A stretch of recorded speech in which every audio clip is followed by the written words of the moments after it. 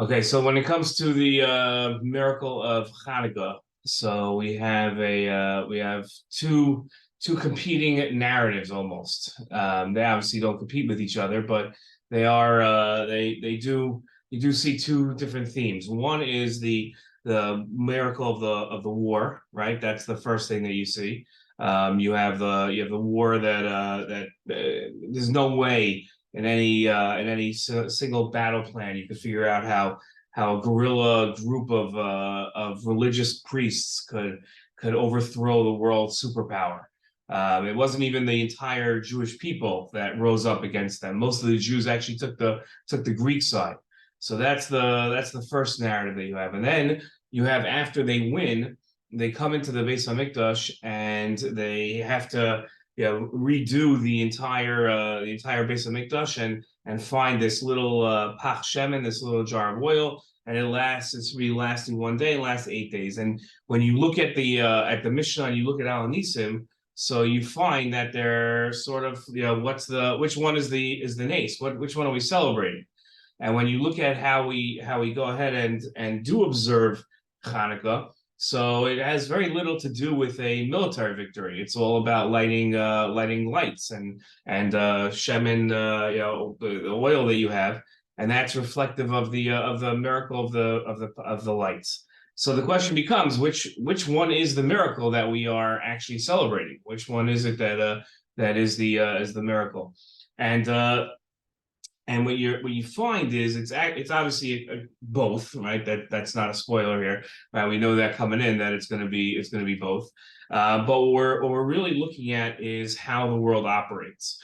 We sort of live in like this world where we like to imagine that everything is miraculous and everything that happens to us is directly a direct decision of God, and where we work under this providential sort of like shield where everything we do is directed by God.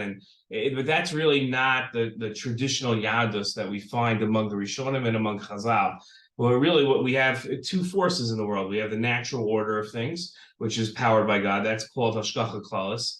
And then we have Hashgacha Pratis when that's interrupted, and that's what we like to refer to as the miraculous, when nature acts differently.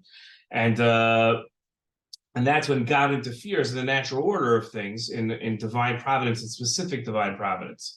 And what happened with the war is the war could be understood either way, right? The war could have been understood as, okay, this is just how all wars operate. Sometimes things go funny, and different people are motivated different ways, and the weakling sometimes comes up and is victorious, even though the odds are we're against them.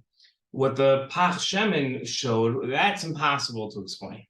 That you can't explain without divine intervention. That cannot be a natural order of things.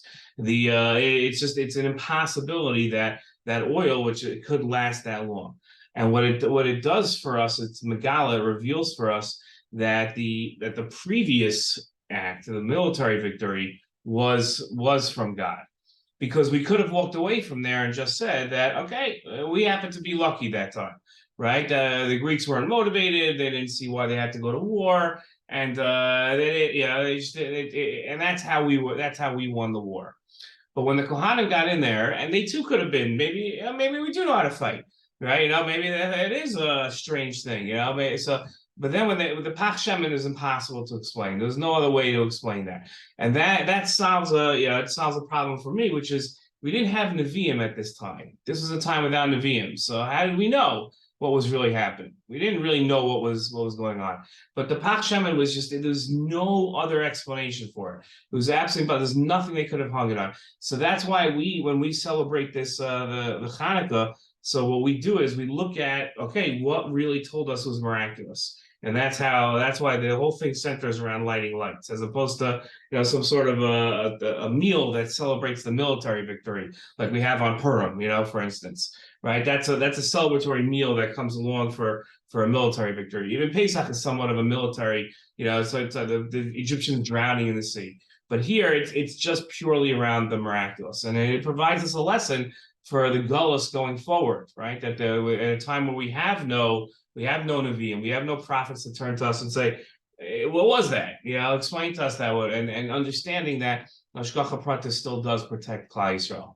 And that's so it might not be every moment, and it might not be all the time, and there's times where there's Hester upon him, but Kadosh Baruch Hu is there for us and does protect us. Okay, same time, same place tomorrow night. Thank you. Thank you.